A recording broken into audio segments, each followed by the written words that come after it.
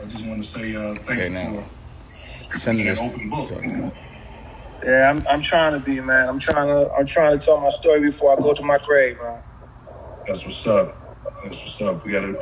The one thing that was said, I wrote the note down. It said the purpose of pain is to learn from it. Damn, I heard you say that at the end of it, and that was a powerful statement. Oh yeah, I mean, I always believe that the only reason why we survive things is because we could and we're strong enough to, but so that we can learn from it and so that others can learn from it, so the people we love don't have to feel that same pain. Right. You know, basically. So like, if you got any questions for us, we here. You know what I mean? That's what it is. Anything you want to know about how we made it, anything, that's what we want to do. We want to give you that personal connection and explanation to what we're doing and what the future holds. Well, I'm going to open it up, man, to see. I think everybody is unmuted at this time. I'm going to give my guy, Desmond, a shot. Come here, man. This is the most important. Come here. Come here.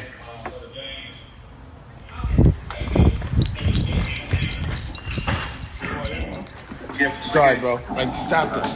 And all I can to your network, take it all away. Which I really commend, man. How did you kind of navigate through, kind of going through the radar of like Netflix and the other platforms to kind of make your own staple in this platform of world with video?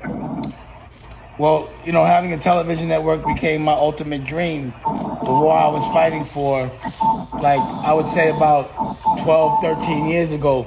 Once I realized the power of the internet, I was like, wait a second. I can distribute things and I don't have to go through a middleman. So then I was trying to figure out how to build the apparatuses to do those things. And I started to capture culture, and there were these opportunities through like Comcast. And they were like, yo, you could be a television network, but you got to show me $100 million. The agenda or the initiative was to empower, you know, a black owner. But if you got to go raise $100 million, you're not the owner no more. So my thing was, I'll go make a bunch of content. And once I have $100 million worth of content, then I'll come back around and just get it distributed just the same way I did the music and the same way I did the clothes. But it was a bigger dream than I've ever had. So I had to chip away at it. So first I had to kind of understand how to capture content, how to package content, and then I had to wait for the rest of the world, because trying to build the apparatuses is too draining. So people had to start making it. So like, to build a streaming service, I could just get, you know, I go through Vimeo, they white label it and I put it out that way.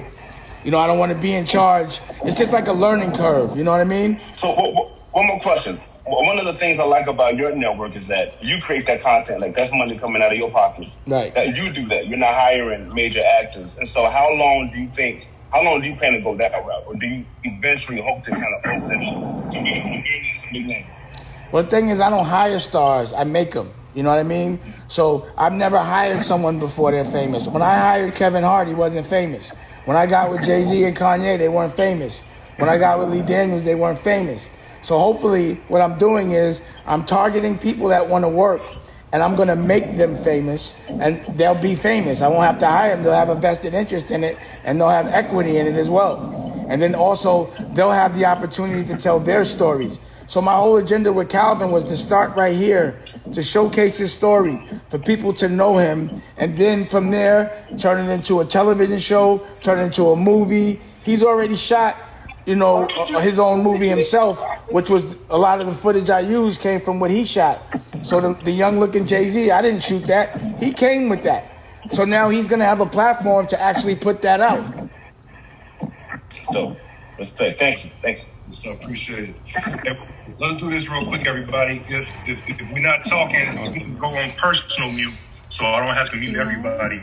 So we make sure we hear everybody clearly. So I'm gonna open it back up and see if someone else has a question. Hey Calvin, how come we can't see you? Hey Mike, come here for a minute, man. You got to put it on the video for me.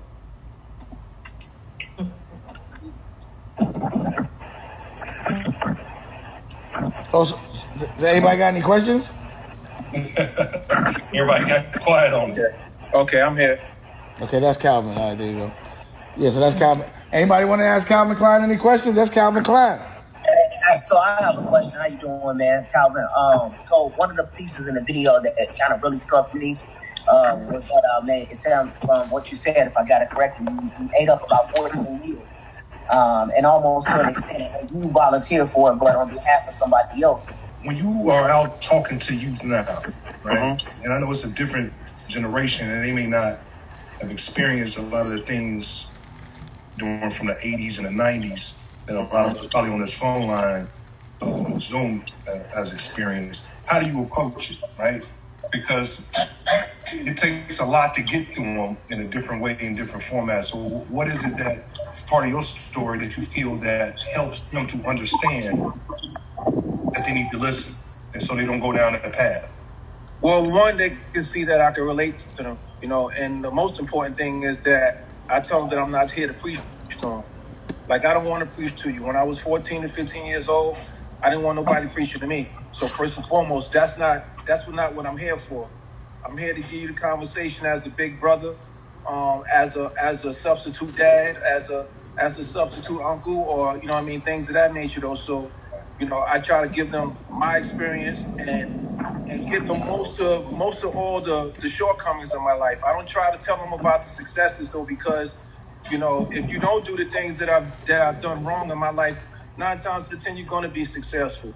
And my times when I was out there doing wrong, I didn't have a long career doing wrong. I got locked up, came home, thought I had it, doing wrong again. I got locked up, thought I had it in my mind where this time I won't get locked up because I thought of it better. But every time my thoughts just stayed criminal-minded. I stayed criminal-minded for a very long time until I really got it to a point where it's like, okay, you know what? I keep setting myself back. Every time I go to jail, I keep setting myself back because when I go home, I'm back to ground zero. I got to start all over again to do wrong again. So when I realized that, then that's when I was like, you know what? No more mistakes. I can't make it no more. So I try to lead by example. That's my whole thing. I try to lead by example. When I get the young guys to come at me and tell me, yo, OG, or yo, what up, big homie, or what's going on? I see you out here. Yeah, you see me out here doing the right thing now because I got it. Made everybody funnier. You know what I'm saying? I got it this time. Right. No, we appreciate that. We got somebody that's trying to ask a question now. Who was that? Let's get Damien unmuted. Damien, you with us? I'm right here. I'm here. Hey, Calvin, I have a question. All right, so we hear your story from back then. So we looking at you now. You can go back with the knowledge that you have now. Is there one thing that you wish you could have changed, that you would change, or? Yeah, I would say all of it. I really would say all of it. From the day that I started crime, I would say I wish I would have never started it. I had a chance when my parents was. I grew up in a household with both parents. I was an usher in church. I played the guitar. I played the keyboard. I went to summer school. I played tennis at Pratt Institute in New York. I had those opportunities. Although I did live in the hood, my parents still tried to provide the best opportunities that they could for what they was able to have hopes and dreams for me. So once I got caught up into the life of following my peers, or really more so really following my brother was out there wilding out doing his thing, and I followed behind that. And I wish a lot of people say that if they could go back, they wouldn't do it over again. If I could, I would. Because I didn't have to do almost 20 years in prison to be successful. None of the stuff that I had in my past or in my greatest times or my greatest moments back then do I have. I have nothing from 88. Yeah. None of that stuff. Yeah, appreciate that. Anybody else got a question? It didn't work out. Yeah, I just really wanted to say that, I didn't, my whole thing right now is just, our parents suffer, a lot more than we do. My sacrifice back then was I didn't care whether if I lived or died. I just wanted that back. Right. And I didn't care how I got it.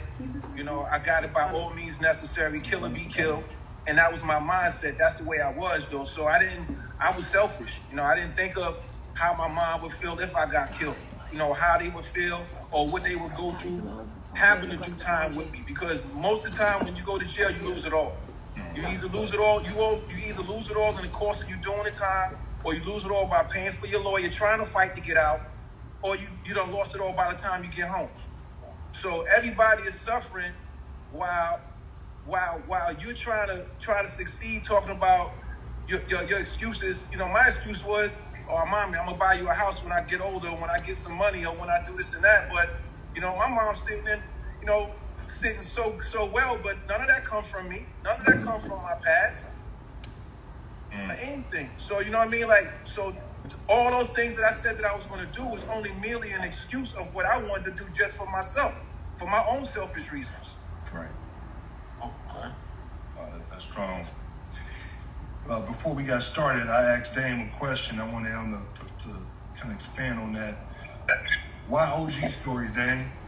What made you want to zero in on OG stories? Well, you know, the art of movie making is telling authentic experiences, and I happen to know a lot of authentic people. And what I tell those authentic people is, being that you've already lived this life, again, the purpose of surviving is people to learn from it. So turn those into movies, and you'll benefit from it if you're doing it for the right reasons. And I had the opportunity to do a TV show with the We channel, and I was like, for the money, I don't have to have overproduction to tell a really authentic story. So this is what I chose to tell. They were telling me how to tell it, but I went and just shot it myself because I paid for it myself before they sent the bread, and I was already done. But what happened was I had to make it in a way where it was deliverable to real television, which is great. And then when I sued the We channel and E1 based on the racist way they were treating us, which is, number one, a black man telling a black story has to go through a white production company to get hired by a network, period. And then that production company gets the lion's share of the money, they get the skim, and then they get to tell the story the way they want the story, which usually doesn't behoove us. They glamorize these experiences as opposed to learning from them. The purpose of me having a person like Calvin talking to a senator is because he's coming from an actual place. And you're a person that can help people. You are helping people, but you're helping real people, and you know how to help people. And the reason why is because you're talking directly to the people. So when you have an initiative for jail, he can tell you exactly what it's like to be in jail and what it's like to come out of jail and what's the best way to be rehabilitated and the best way to talk to somebody, because you can't question his experience. He's the one that they're rapping about. So if you're getting it directly from the horse's mouth and he's not glamorizing it, he's telling you I would have did it different, then anyone that wants to be him, the old him, would be a fool not to listen to the new him. You know, you're bringing up something. So this is my opportunity to ask Calvin this. So when I was in LA in October, when I was doing the show, and in that conversation, he was talking about him being diabetic, and it gave me an idea. And to expand upon it, he invited an executive from what's your guy name from Mankind? The CEO of Mankind. He makes my inhalable insulin. It's $1 billion company. So Dane called him on the spot. We met and we started talking, and we drafted legislation that I got passed in Indiana this year to help folk. Beautiful. As diabetes. And that's real power. That's the power. That's power. Beautiful. So this is our opportunity here to say, what type of help should states or the federal government be doing to truly help folks on the inside of the prisons to get reform when they come back out, that they're ready to be integrated back into society? I would say awareness. You know, I would say opportunity, and I would say preparation. You know, we have to focus on the inside pretty much almost as much, if not more, than we focus on the outside. And the reason why is because it only takes one person on the inside to come mess up a whole village. you know. But if we keep taking the programs away from them and not allowing them to be able to reinvent themselves, more or less to say, you know, and giving them the opportunity to grow. If they come out, if they went in with half a brain or less than half a brain, no thoughts at all. Only thought they had was doing criminal things and all of that. While they in there, they doing their time, whether it be a year, whether it be 5 or 10 or 15 years. If they don't have life, that means they're coming home one day. And if you don't fill their minds up with things, then what they're going to come home with is with the same thing that they remember. It doesn't matter how long they be in there. You know, and even if they be in there for a longer extended period of time, then they're going to come out with greater venom than what they went in with. It took me a long time. I was in jail still selling drugs. I didn't get it right until I decided to get it right to a certain point and then to a certain extent. So I mean, I kept on going. I got locked up in 91. I got my time 25 years. I was only 25 years old at the time when the feds took me. And I didn't get it. As soon as I got to the penitentiary, I settled in, got myself together, got around my circle of people, and then I started selling drugs from the inside. And it wasn't so much the way I even had to. It was just to keep my mind to a certain extent, to keep my mind going as if I was still out of the street. So I didn't allow no programs to come into my life then at the time. But it's about programs, it's about opportunities, and as I always say, what comes change hasn't come dreams.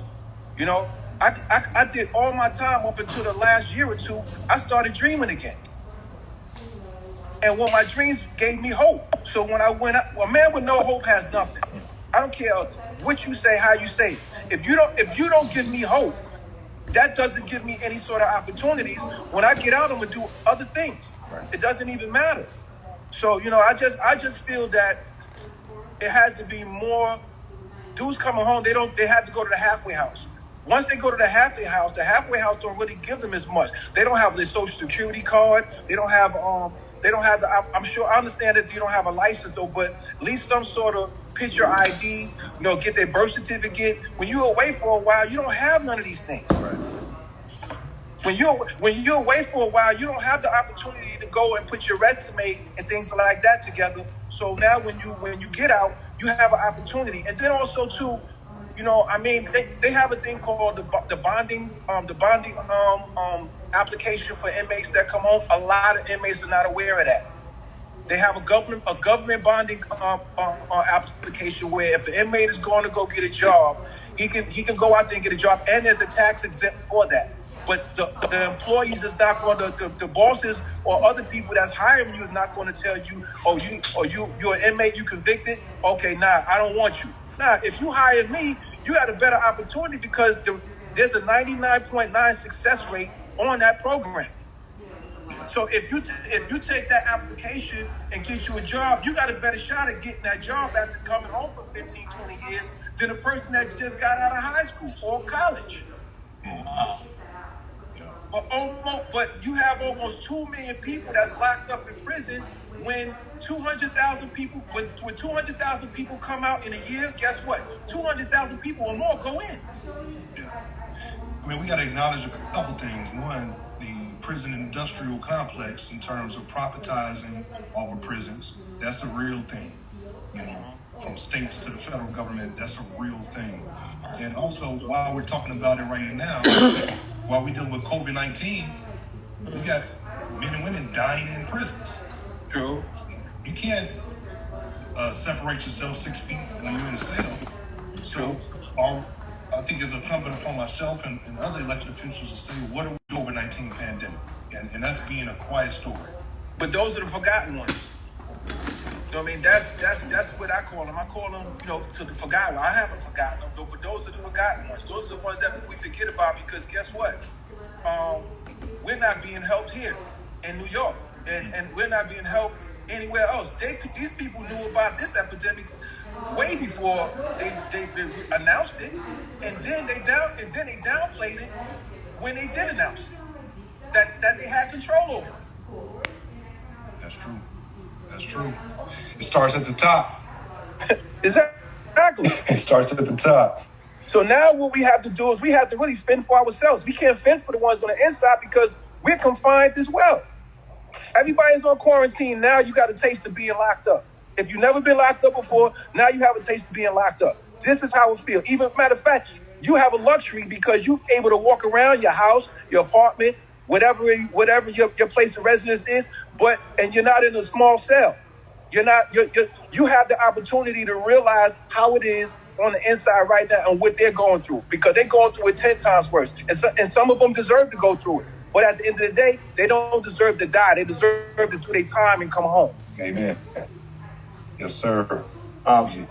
Senator, you have people that say they can't unmute themselves. They say you have hours. Hold on 1 second. I just unmute all. All right. Go ahead. You know, the one thing I will say is when you talk about the prison system. You know, I'm a criminal justice major. I have my degree in criminal justice. The thing you see is, like he said, there is nothing for prisoners when they get out. Only out. And if you don't give it, we're taking everything from them. We say, well, You have to care because these people are going to get out, and I want them to get out and live their best life because they live their best life. It makes me safer. But if you get out and you have that same mindset that you went in, then what was the purpose of having you in there? Exactly. You're making the people who are in charge of the prison richer, but we still in the same position. You put me in danger. So if you look at it that way, you would say, I want them to have the best. But we do not. We treat them like animals in, and then when they get out, they get treated like animals. Well, if you treat me like an animal inside, and you treat me like an animal outside, sooner or later, those people start to think they're animal, and they start to act that way. Exactly, true. So that's what we run into now. That's why I like the things they pushing. Like we talk about marijuana as being legalized. That's fine, but what about the people that have that on their record before that's in jail? We're not doing anything for them. Yeah, that's true. True. So I like this, and I like the fact that Dane take the time out to not give to the ones that already have. He give the people that don't have more of an opportunity. Exactly. Stuff that you don't never get a chance to see. So I appreciate this. I have a question for Senator Melton. Yes, sir.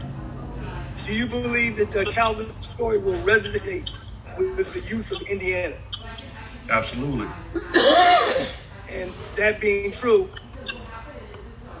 his story being so powerful, are there forums that we can set up where he can have access to the youth, where the youth could, the youth that you oversee, the youth that you represent, can have hands-on reality of living that life and the importance to change from it? Yes, sir. Absolutely. It's folks on this line right now. I think it's timely that I think have the access and opportunities to create those type of forums, within our schools, but also within other institutions where we can get into and talk to youth that's in our juvenile detention centers. One of the things that we're dealing with here in Newark, New Jersey, even you have so many people, they will look at jails as jobs. So then when they position jails as jobs, they want jails in the community, saying that if you put these jails in the community, these jails will produce jobs. But the problem is that it gives our youth a message. When you can go to school in the same neighborhood, play in the same playground, but then you also have a visible jail that you see that one day you can end up in when we have such a high percentage within our neighborhood. So there has to be, almost as if jails are being marketed at our community. And that being true, that's something that we have to come together, especially people who have been on both sides, who have experienced what it's like to live inside and to live outside in order to bring change to community. True. I got a question for you, Calvin. You just like your story, I grew up in East Orange, New Jersey. But everybody, half my friends went to jail. The other half went to grad school. So I was always, But the thing is, of all of the people that I knew, they too came from both parent homes. We, matter of fact, in East Orange, the people who really started out in the game, they had both parents, and so forth and so forth. And don't get it wrong. Then in the 90s, the whole game changed. But you having both parents, what do you think it was that lured you into that lifestyle? I had an older brother, 3 years older than me, and he had his chance was to get out on the street. He had the same opportunity as I had, with both parents and things of that nature, though. But he was just more inquisitive, at the time, and got out there when he was about 15, 16, maybe even sooner. But he just started running wild, and then I just started watching that, and seeing what he was doing. And although I was telling him to stay out of trouble so he can come home, stop going to group homes and things of that nature, it was just something that pulled me to that life, really. I didn't want to be my mother's baby no more. I didn't want to keep on being branded as the little brother, and things like that, though. So, that's what just made me do all those things. I just got caught up. I still lived in the neighborhood. I still lived in the projects. I lived in the biggest project, the second largest projects to New York. I lived in Brooklyn and Red Hook projects. So regardless of the protection that my mother was giving me in the household and the schooling that she was giving me, when I went outside, the hood was the hood.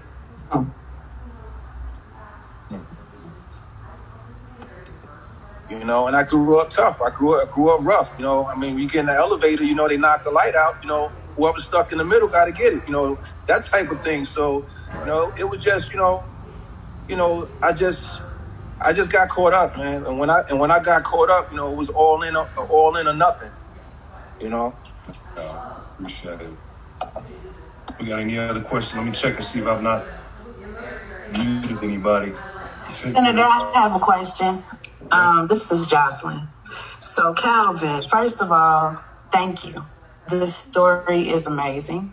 Thank you. And I want to start by first saying something that I say all the time. Things don't just happen, they happen justly. Mm-hmm. And you said, I was kind of late tuning into the conversation, but when I came in, you were talking about how you kind of think back to if you had made the decision earlier, or you wish you hadn't turned this way, or maybe had come out the game a little bit sooner, or went the way that your parents had wanted you to go. Uh-huh. But I firmly believe that things don't just happen, they happen justly. So this journey, this path was destined upon you because you have a story to tell. You have a legacy that has been built. And most importantly, you have the magic serum to make some tremendous changes to our community, or to our future. And with that being said, if you could go back to that moment where it just resonated in your brain, I've done it this way, I'm doing it this way, but now there's something out there that's heavier, that I just want to make a change. What was that thing that just lit you on fire and help you to make this transition? Getting locked up again. But you had already been locked up. No, I got locked up again. You know what I mean? Like, what was the difference?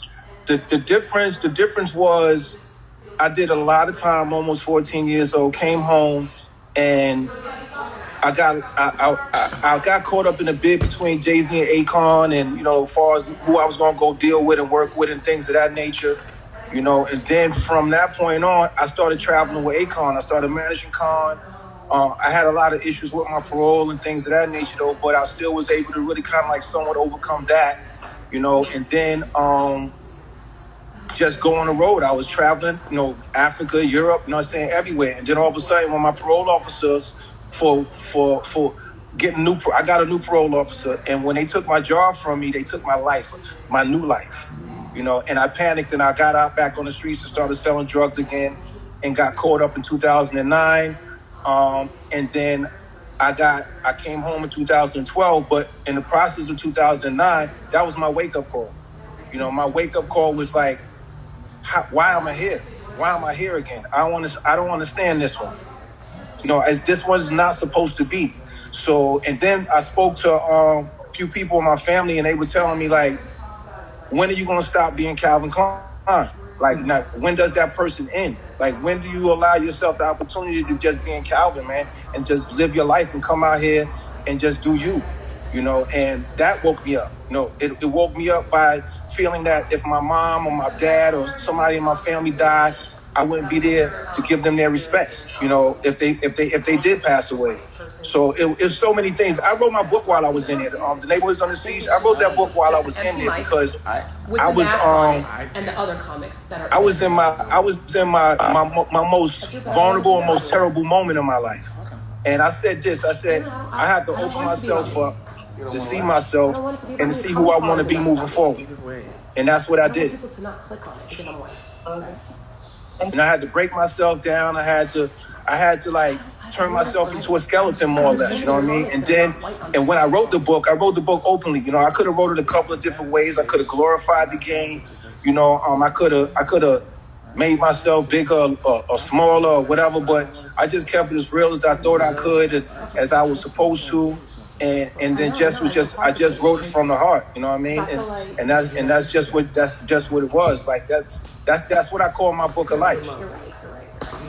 Question. So following up on that really quickly, on the other side, so would you say that there were people in your life that through it kind of always tapped you and tried to pull you out and say, Calvin, why you doing this? Calvin, why you doing this?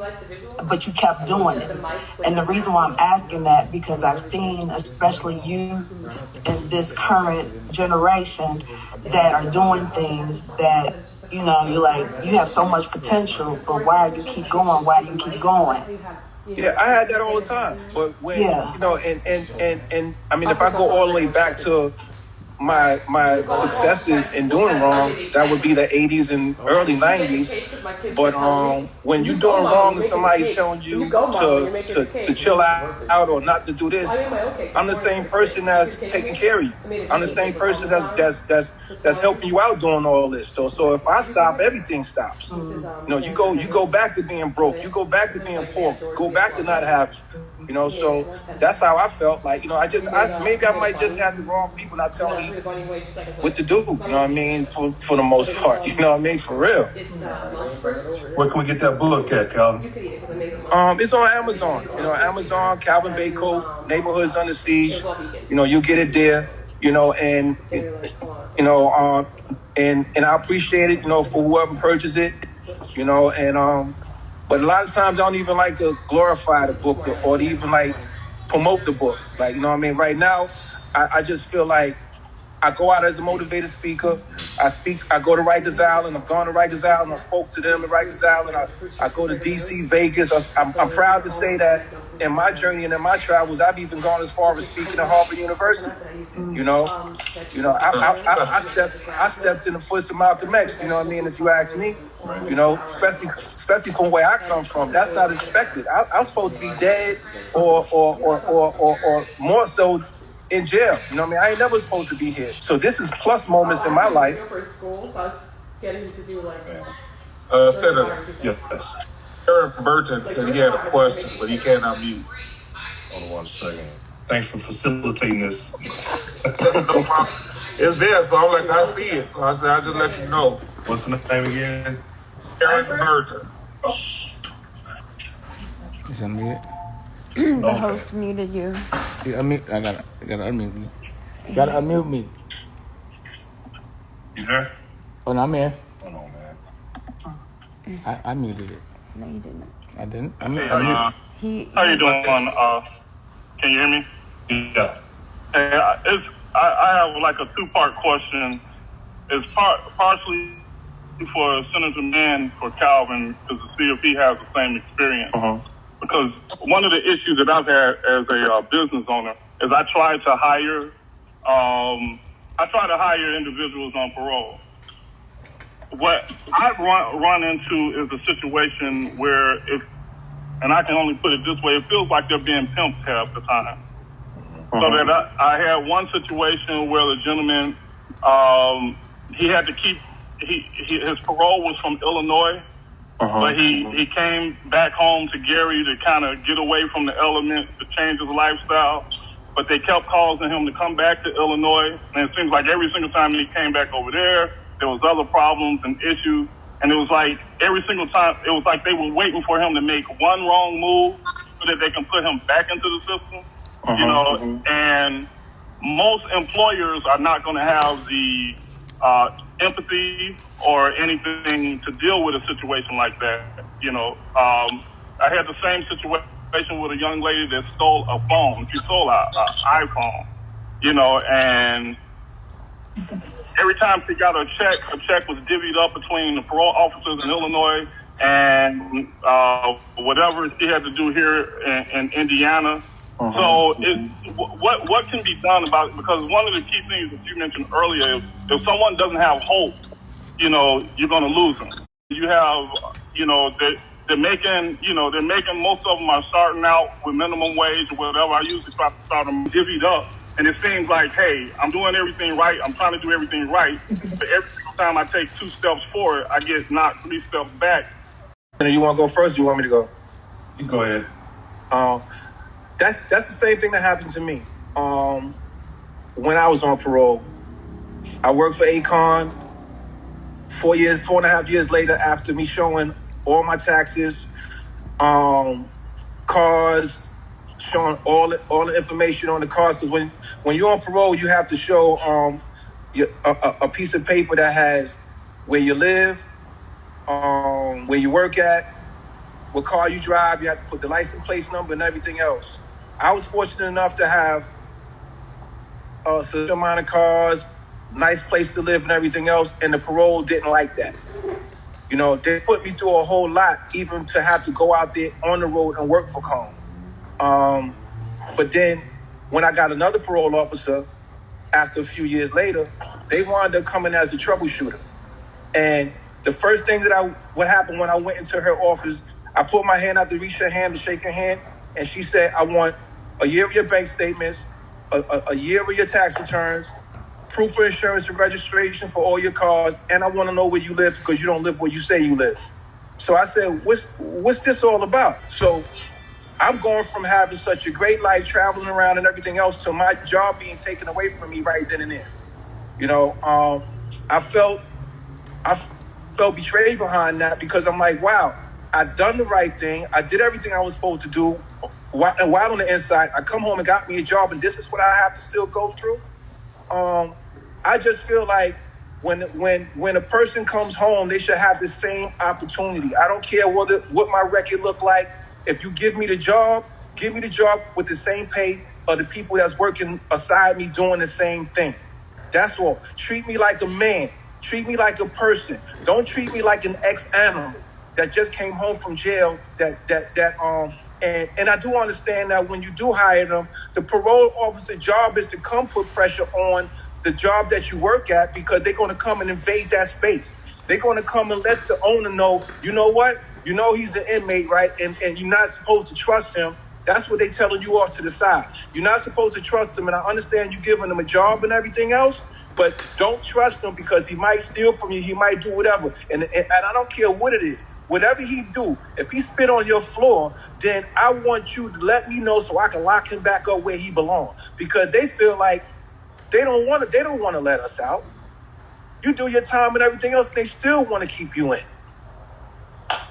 So I just feel that if the person is willing to show an interest and desire for their life to change, then give them that opportunity. That blessing gonna come to you. It ain't gonna come to nobody else. That open opportunity that you gave that person, and they did so well, and then they moved on and they got a better job or a better situation, that blessing come to you.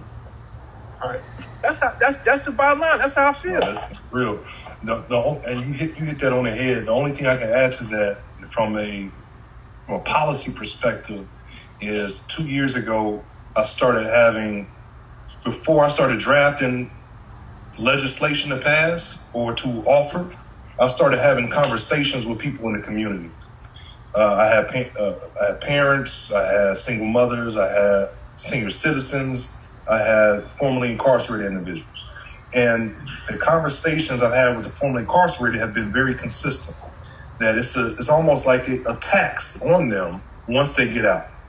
What I mean by a tax is you got the parole fees, you have other fees that they're charged, drug testing fees that they're taking. And my question has always been, how are we holding them accountable? Why are we holding them accountable for these things when they don't even have a job yet? And if they can't produce these things, then they're in parole violation. So basically, the laws are unjust. And there's a revolving door system that has been set up that we need a total overhaul of our criminal justice reform system. I know we got some questions in the chat. Let me see right here. Lisa D is asking a question today.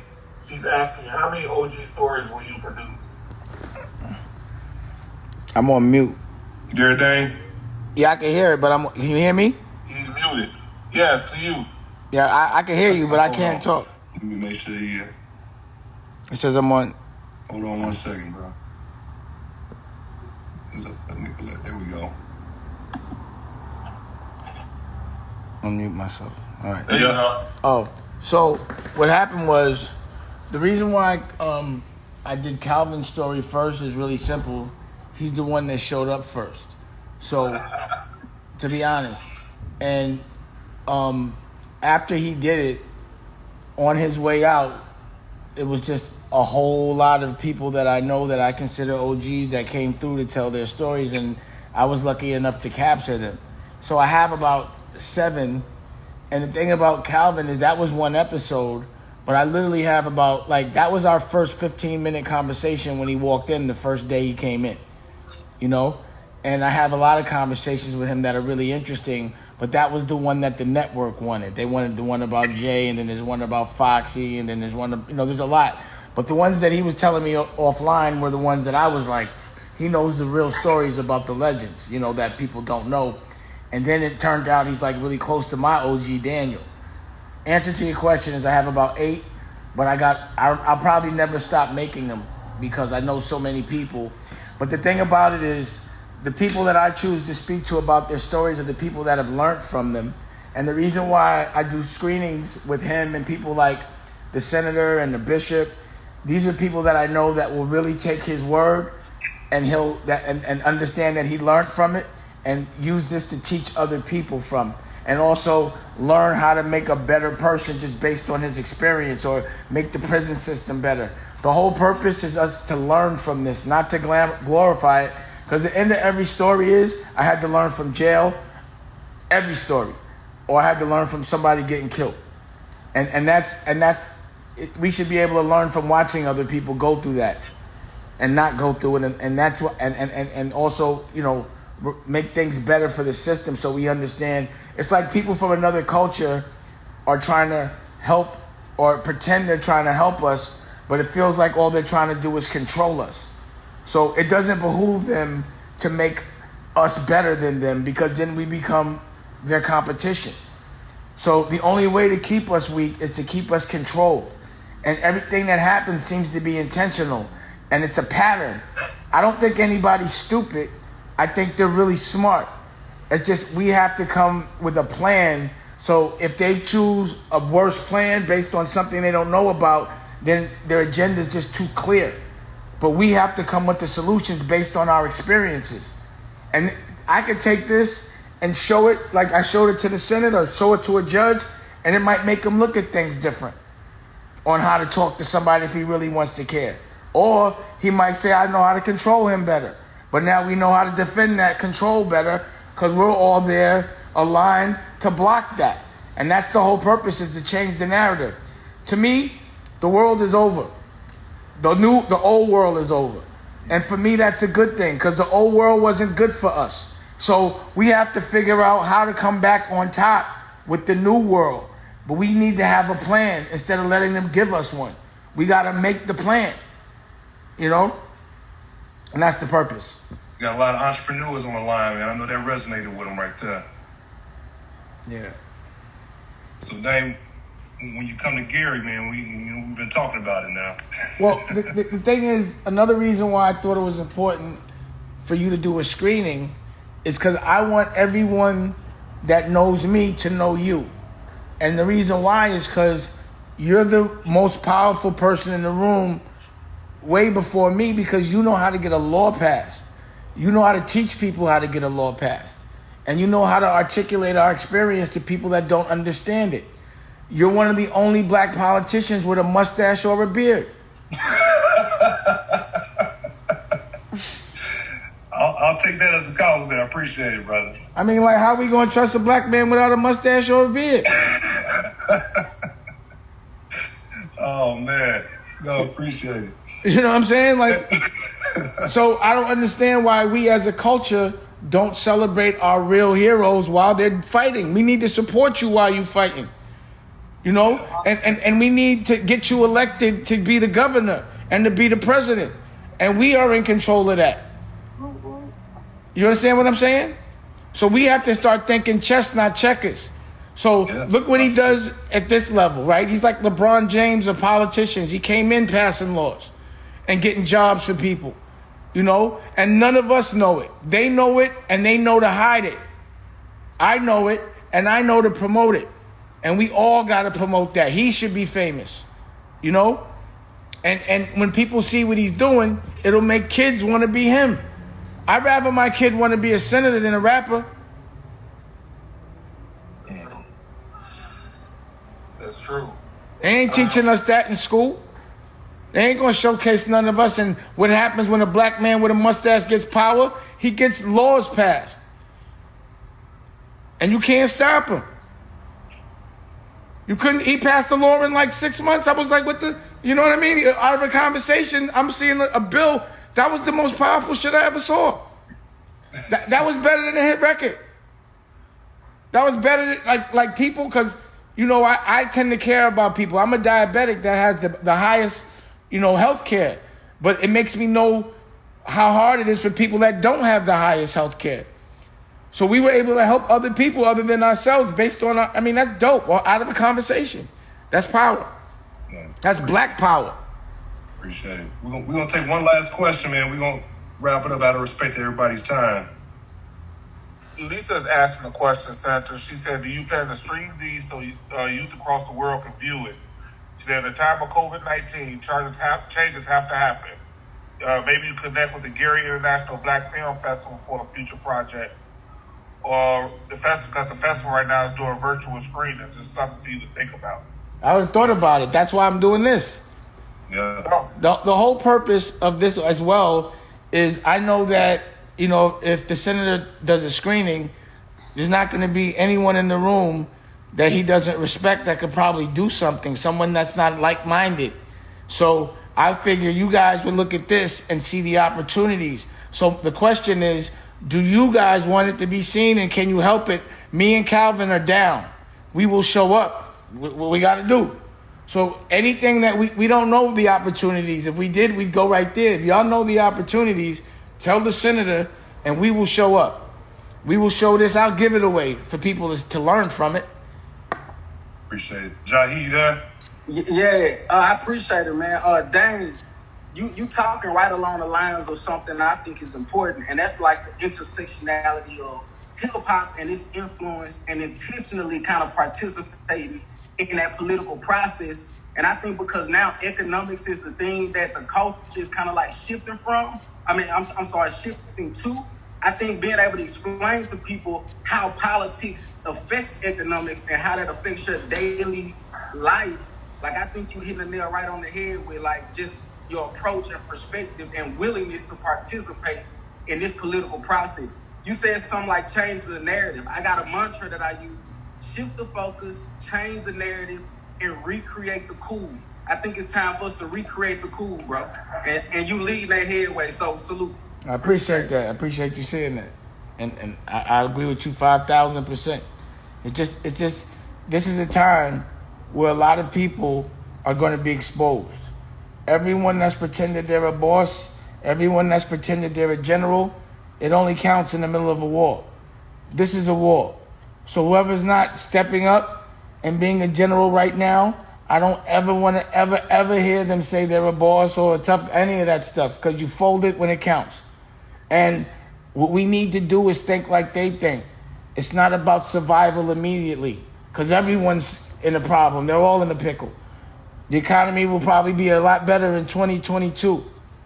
Late 2021.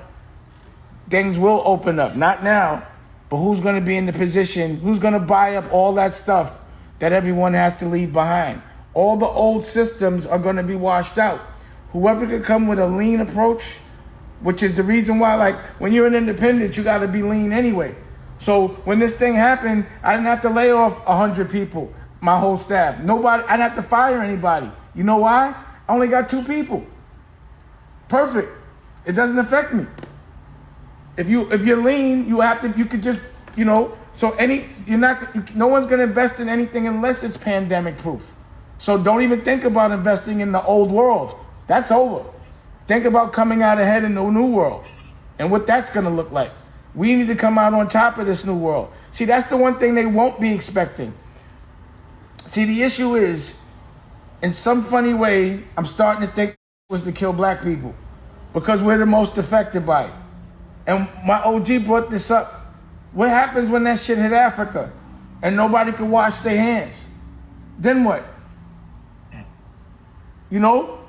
The people that's getting affected, the people that got to go outside and work, the people that's eating the worst.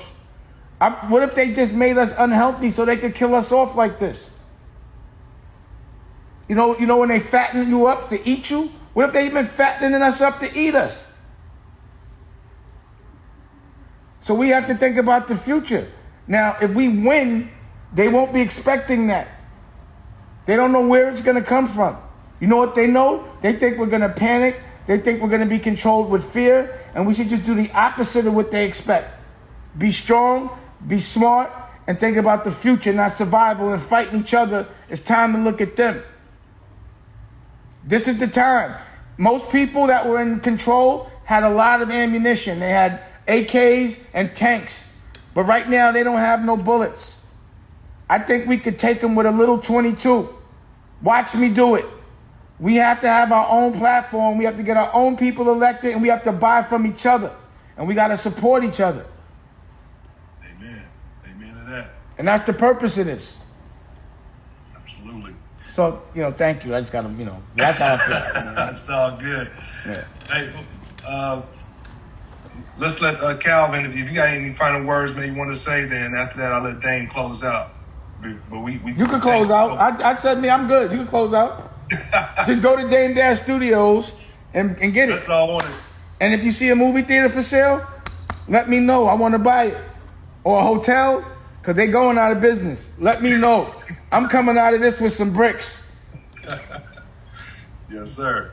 Calvin, man, thank you so much, brother. You want to say something, guy, Cal? I'll make sure you go. He's on mute. He's on mute. You're unmuted on my end. Okay, can you hear me now? Yeah. Yeah. I gotta go behind Dame, man. Come on, man. I just want to say, man, Dame took the words out of my mouth, man. I'm on board, man. I've been God's child, man, and I'm God's child now. I learned my lesson, and that's as best that I can give you. I can just give you me and all of me. You know what I mean? The truth and nothing but the truth. I'm not here to hold nothing back. Like, you know what I'm saying? Like, good, bad, ugly, and different. My life was what it was, and it is what it is now. So I don't feel like I owe the streets anything, and the streets don't owe me. But, you know what I'm saying? I owe my people. And that's what's dear to my heart. I owe my people. I don't care about nothing and nobody else. You know what I mean? Like, I'm even with everybody. Mm-hmm. All I want to do is just do what's right for the people, for my people. And just like James said, we'll give it away. You know what I mean? It's you make money other ways. I'm not the richest person in the world, but I'm not the poorest.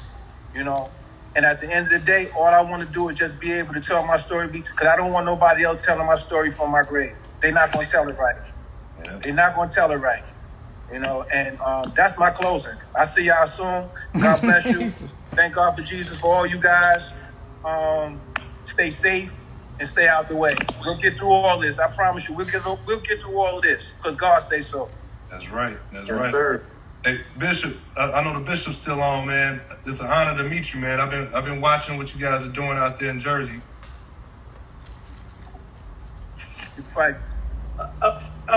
We appreciate it, Senator. Mr. Dash brags and boasts on you every phone call I have. He's he's constantly thinking different forums. Definitely want you to meet my sister, Dr. Chris. But a lot of great things are happening. And what I like about what Mr. Dash is doing, this is the new golf course. This is the golf course where people come together and make business deals. They come together and they make plans. And what is that new golf course? That new golf course is that we're using the wrong word. They're saying social distancing. And actually, when you study, that comes from Nazi Germany. Actually, what we're doing is physical distancing. You know, I lost my father to coronavirus. It's been a week and 1 day now. My dad caught it. He caught it in the hospital. He caught it 4 weeks. 4 weeks. But it's a hard way to lose them because they had stopped visitation since March the 17th. But the coronavirus is real, but what it has taught us, it is teaching us how to communicate and how to do business where we don't have to be in the same physical location. In other words, we could use our minds, we can use our spirit, we use our souls and bring forth change. But I'm all about bringing change to communities. And that's what I believe I see this forum doing. I believe it's a movement, and we're going to put wheels to it and we're going to roll. Man, thank you. And we're sorry about your loss, man. We definitely keep you in our prayers. Me as well. Thank you. All right, everyone. Dane, thanks again, brother, for Thank for y'all. all this Appreciate you do, it. man. Dame Dash Studios. Just log on. Let's do it. All right, tell Nicolette and Rocky we said what's up. I will. All right, bro. All right, man. Tell your wife I said what's up, too. All right, peace out. Be safe. See y'all soon. All right, sir. All right.